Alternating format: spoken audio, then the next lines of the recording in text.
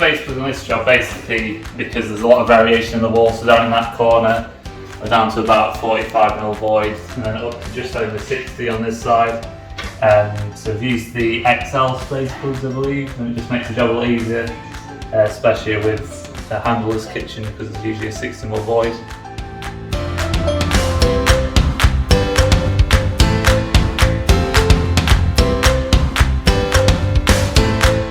Yeah, I'd say so, yeah. It's definitely easier than kind of having to mark out an L bracket and then awkwardly kind of drill it at an angle. You can just go through the back of the unit and yeah, a lot easier and seems to hold them a lot more securely as well.